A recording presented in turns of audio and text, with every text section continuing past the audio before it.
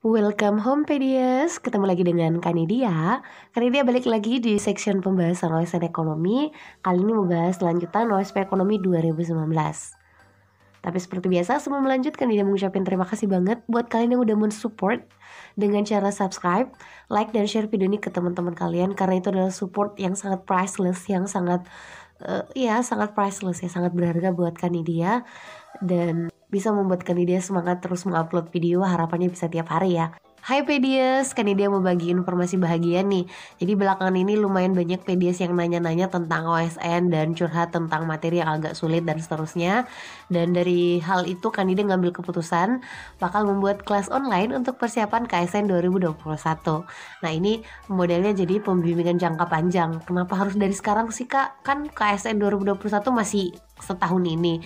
Ya kalau kalian lihat jejak orang-orang yang sukses di dunia OSN, KSN ya, itu bukan perjuangan yang lahir instan ya. Itu butuh banget waktu ya, nggak sebentar. Ada yang bahkan sampai 3 tahun ya untuk persiapan dari SMP agar bisa sukses di SMA. Nah jadi kalau kalian minat untuk belajar bareng Kanidia, model kelas belajar online-nya itu nanti kita bakal belajar 2 kali sepekan, masing-masing pertemuan itu 1,5 jam. Untuk biayanya sendiri murah, insya Allah cukup 150.000 per bulan. Dan kelas ini hanya akan Kanidia buka untuk 5 bocah aja, nggak lebih, karena emang diutamakan untuk bisa kalian pahami dengan baik materi yang Kanidia sampaikan. Nah nanti kalau misalnya kalian ada yang mau nanya-nanya, boleh langsung DM ke IG Kanidia atau email aja ke Kanidia ya. Ntar linknya Kanidia simpan di bawah. Dan kelas ini Kanidia buka bukan cuma untuk anak SMA ya, tapi buat kelas 9, kelas 10, kelas 11 yang pengen udah mulai fokus untuk persiapan KSN 2021 ya. Kalau mulai dari awal sih lebih enak lagi ya. Jadi beginner itu lebih mantap lagi biar konsepnya bisa benar-benar kita perbaiki dari awal. Kelas perdana akan Kanidia mulai insya Allah tanggal 13 Juli sesuai dengan tanggal sekolahan mulai ya. Jadi kalian bisa udah mulai nanya-nanya ke Kanidia atau daftar dan seterusnya mulai dari sekarang. Karena Kanidia hanya akan buka kelas untuk 5 bocah aja. Oke Pedias, sampai jumpa di kelas. Dadah!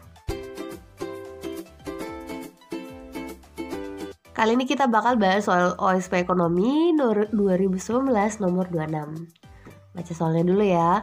On September 1st, 2017, Dina issued a note payable to Bank Sejahtera in the amount of 900 million. Coupon rate is at 12% and payable in 3 equal principal payment of 200 million. Market interest rate is 11%. The first payment for interest and principal was made on September 1st, 2018.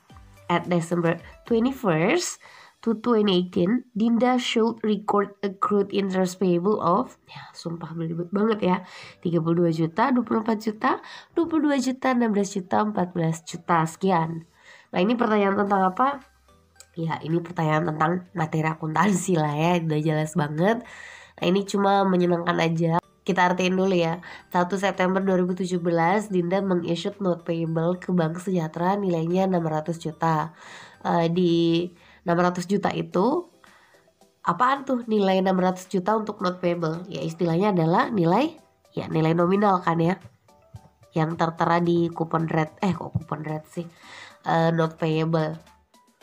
Kupon rate-nya 12% dan bakal dibayar yang 600 juta ini 3 kali angsur masing-masing 200 juta. Lalu katanya market interest rate-nya itu 11%.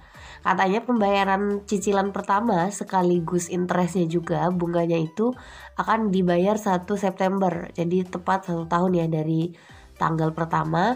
Nah katanya di tanggal 31 Desember 2018 Dinda itu harus mencatat accrued interest payable alias beban bunga terutang itu sebesar berapa. Oke, untuk kasus Dinda ini jadi kan Dinda ada note payable kan ya. Nah pertama kali dia issued itu tanggal 1 September 2017. Untuk berapa tahun? Iya untuk 3 tahun, berarti nanti bakal berakhir di tanggal 1 September 2020 ya, beberapa bulan lagi. Nah katanya Dinda itu ngutangnya sampai berapa ratus juta? Iya 600 juta. Tapi kata Dinda saya bakal bisa mencicilnya itu selama 3 kali ya. Jadi pembayarannya itu setiap 1 tahun sekali, berarti di tanggal 1 September bulan berjalan ya, tahun berjalan. Ini berarti 2018, ini 1 September 2019. Jadi setiap tanggal 1 September Dinda harus bayar 200 juta. Nah, apakah cuma bayar 200 juta Kak? Ya enggak. Jadi Dinda harus bayar yang pertama, bayar 200 juta angsuran buat utangnya itu ya. Lalu ternyata dia katanya tadi disampaikan itu juga bakal bayar interest, berarti ditambah dengan bunga. Tapi di soal nomor 26 ini itu pertanyaannya adalah kalau 31 Desember 2018 itu Dinda harus mencatat berapa sih utang bunganya. Ya tadi kita udah sepakat ya, Dinda itu bakal bayar bunga sebenarnya kan cuma 3 kali selama 3 tahun ya. Setiap kali bayar angsuran 200 juta dia juga bakal bayar sekaligus bunga. Tapi kalau misalnya kita sekarang ada di tanggal 31 Desember nih, biasanya di 2 Desember kita ngapain? Ya kita buat ayat jurnal penyesuaian ya. Termasuk ini nih, beban bunga yang harus dibayar, berapa beban bunga terutang kan ya. Nah sekarang pertanyaannya, jadi kalau misalnya kita ada di tanggal 31 Desember 2018, utang bunga Dinda itu sebesar berapa ya? Apakah kita menghitung dari 1 September 2017? Ya jawabannya enggak ya. Karena beban bunga yang dari sini sampai 1 September 2018 itu udah diselesaikan di tanggal 1 September 2018 aja. Maka kalau misalnya ada yang nanya di tanggal 31 Desember, kalau ada yang nanya berapa sih utang bunga kita, beban bunga terutang kita, ya jawabannya kita sisa harus melaporkan aja yang belum kita bayar dari tanggal 1 September ke tanggal 31 Desember 2018 semua ya. Oke, berarti jawabannya ada berapa bulan ya? Ya ini kan kita harus convert ya, convert dalam rupiah, tapi harus tahu dulu berapa bulan. Kita hitungnya dari bulan September, Oktober, November, Desember. Oke ya, harus terhitung bulan September karena ini pembayaran di awal 1 September doang, jadi selama bulan September gak diakui. Sementara untuk Desember juga harus diakui karena sekarang kita udah ada di tanggal 31. Jadi terhitung full Desember ya. Nah jadi totalnya sebenarnya adalah 4 bulan kan ya. Nah cuma karena nggak mungkin kita mencatatnya di jurnal itu sebesar 4 bulan di jurnal penyesuaian. By the way Kak Didi udah buat video tentang beban terutang, ini lihat di atas untuk penyesuaian. Siapa tahu kalian ada yang masih bingung, boleh ditonton setelah ini. Nah 4 bulan ini kalau dirupiahin gimana Kak? Ya kita cukup bagi ke dalam perhitungan bunga pada umumnya ya. 4 dibagi 1 tahun itu kan 12 ya. Karena ini pakai prinsipnya yang 12% ya.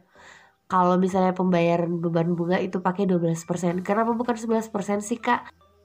Karena kalau misalnya mengakui beban terutang itu memang harus menggunakan coupon rate. Nah insya Allah nanti kan dia usahain di video terpisah buat perbedaan antara market interest rate dan coupon rate. Kali ini kita bahas ini aja dulu.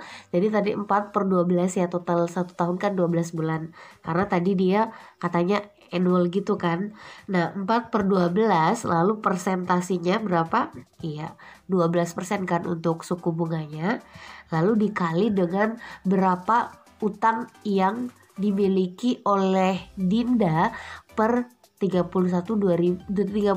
Desember 2018. Nah ini harus hati-hati banget ya. Walaupun kita dikasih tahu bahwa Dinda awalnya punya utang sebesar 600 juta, bukan berarti bahwa kita harus nyatetnya di sini 600 juta selalu selamanya ya. Jadi jawabannya angka yang di sini itu sangat fleksibel karena di akuntansi itu ada prinsip kalau misalnya kita mau bayar bunga dari utang itu harus dari nilai utang yang kita miliki saat itu. Nah, walaupun di awal Dinda punya utang 600 juta, tapi kan perjanjiannya adalah Dinda harus nyicil utang yang 600 juta itu 3 kali sama rata masing-masing 200 juta kan ya di setiap tanggal 1 September. Nah, karena sekarang kita udah ada di tanggal 31 Desember 2018, which is si Dinda udah 1 kali bayar angsuran kan yang 200 juta di sini 1 September. Berarti sebenarnya pokok utang si Dinda sisa berapa dong? Iya 600 dikurang angsuran pertama 200 juta ya. Berarti sebenarnya sisa 400 juta doang. Kayak gitu ya, jadi jangan langsung dikali dengan 600 juta karena itu salah ya. Nah kalau sudah seperti ini berarti sisa disederhanain aja ya. 12 dan 12 kan bisa tuh saling tewas. bisa kok membunuh 20 ya kalau operasi perkalian. Berarti sisa berapa yang bertahan? Iya, ada 4 dikali 4, 16. Jutanya jangan kelupaan. Oke, berarti jawabannya adalah bagian D ya. Jelas lah ya. Ya, Kanidia rasa udah cukup pembahasan soal nomor 26 OSP Ekonomi 2019. Sehat selalu dan sampai jumpa di video Kanidia yang lain. Assalamualaikum. Tonton video Kanidia yang lain juga ya.